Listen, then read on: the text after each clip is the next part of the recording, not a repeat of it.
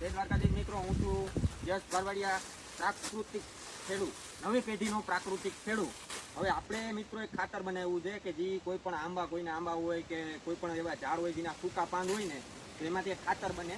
એ ખાતરમાં કરવાનું કાંઈ નથી, ખાલી કોઈ સૂકા પાન હોય ને તો એને આવી જગ્યા ઉપર પહેલાં એ પાન પાથરવાનું, એમાં છાણિયું ખાતર નાખી દેવાનું. છાણિયું ખાતર નાખ્યા પછી એની પાછળ માથે પાનની લેયર કરવાની ને એમાં થોડું થોડું કાયમી પાણી છાંટતું રહેવાનું અને 10-15 દિવસ ઉખલાવતું રહેવાનું, એટલે 30 દિવસમાં ખાતર તૈયાર થઈ જાય. હવે આ ખાતરમાં આપણે થોડુંક એડિંગ કરીને કંઈક નવું બનાવ્યું. આ છે ટૂંકમાં જીવામૃત, બરોબર? આપણે જીવામૃત બનાવ્યું છે. હવે તમે મારા કાલના અળસિયાવાળા વિડીયોનું જોયું કે એમાં અળસિયા, આપણે ટૂંકમાં ખેતીમાં અળસિયા કેટલા લાભદાયક છે આપણા માટે, બરોબર? તો હવે અળસિયાથી વર્મી કમ્પોસ્ટ બને, પણ હવે એ અળસિયા લાવવાનો ખર્ચો આપણે નથી કરવાનો. આપણે અળસિયા ટૂંકમાં આમાં જ ઉત્પાદન થઈ જાય એની મેળાએ, તો કરવાનું કંઈ નથી. મેં જે પ્રોસેસ કીધી ને એ ખાતરને 10-15 દિવસ રાખવાનું, પછી એને ઉખલાવાનું અને એમાં પછી આ જે અમે બનાવ્યું છે જીવામૃત, એ જીવામૃતનો છટકોર કરી અને એમાં સરખી રીતે હલાવી અને એને એમને પાછું બેટને રહેવા દેવાનું.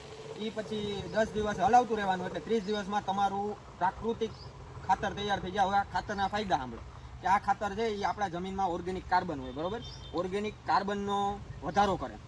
હાલના ટાઈમમાં કોઈ પણ ખેડૂત એમ કહે કે મારી ખેતીમાં 0.50 થી ઉપર ઓર્ગેનિક કાર્બન હોય તો હું નથી માનતો, કારણ કે અત્યારે રાસાયણિક દવાના છંટકાવના લીધે ઓર્ગેનિક કાર્બન બહુ ઓછો થઈ ગયો જમીનમાં. પ્લસમાં એનો બીજો ફાયદો એ કે જમીનમાં ભેજનું પ્રમાણ વધારે, કોઈ પણ પાકની ફળદ્રુપતા વધારે, મૂળિયા મજબૂત કરે અને શું કહેવાય કે જમીનને ફોરી અને ટૂંકમાં હવાદાર બનાવે, એનો ફાયદો છે. ટૂંકમાં આમાં કંઈ કરવાનું નથી. અને આ જીવામૃતનો ટૂંકમાં કઈ રીતે બનાવવું એનો વિડીયો જોતો હોય તો કોમેન્ટ કરજો. અને હવે ઉપરાંત મિત્રો આપણે એક નવી મુહિમ છેડીએ છીએ. એ મુહિમમાં એવું છે કે હવે પછીના અમારી ઇન્સ્ટાગ્રામ ચેનલ અથવા અમારી યુટ્યુબમાં જેટલા સબસ્ક્રાઈબર કે ફોલોવર વધશે ને એટલા અમે વૃક્ષો આવતું, એક ફોલોવર ને 1 સબસ્ક્રાઈબર દીઠ ટૂંકમાં 1 વૃક્ષ, એવી મુહિમ અમે ચાલુ કરવાની, જેનાથી આપણે પહેલાં તો ગુજરાતને ગ્રીનરી બનાવવાનું છે, પછી આખી ઇન્ડિયા તરફ આપણે જાશું. તો હવે આમાં કાંઈ નથી, આમાં ડાયરેક્ટ આપણે આ જે જીવામૃત છે, જીવામૃતના ટૂંકમાં નાખવાનું છે, બીજું કાંઈ નથી.